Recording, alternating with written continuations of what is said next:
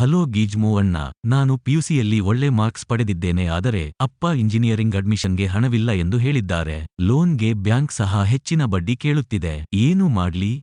ಓಹ್, ಇದಾ ವಿಷಯ. ಭಾರತ ಸರ್ಕಾರದ ಈ ಅಪ್ಲಿಕೇಶನ್ ಬಳಸು. ಮನೆಯಲ್ಲಿ ಕೂತು ಅಪ್ಲಿಕೇಶನ್ ಫೈಲ್ ಮಾಡಬಹುದು. ಈ ಅಪ್ಲಿಕೇಶನ್ ಇಂದ ನೀನು ಎಜುಕೇಶನ್ ಲೋನ್ನ ಉಪಯೋಗ ಪಡೆಯಬಹುದು.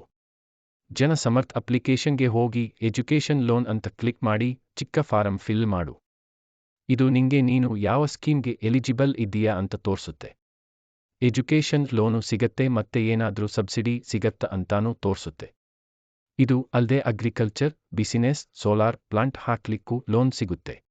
ಇಂಟರೆಸ್ಟ್ ರೇಟು ಜಾಸ್ತಿ ಇಲ್ಲ ಮತ್ತೆ ಬ್ಯಾಂಕ್ ಸುತ್ತೋ ಅವಶ್ಯಕತೆನೂ ಇಲ್ಲ. ಭಾರತದ ಬೆಸ್ಟ್ ಬ್ಯಾಂಕ್ಗಳ ಒಟ್ಟಿಗೆ ಸರ್ಕಾರ ಟೈ ಅಪ್ ಮಾಡಿಕೊಂಡಿದೆ.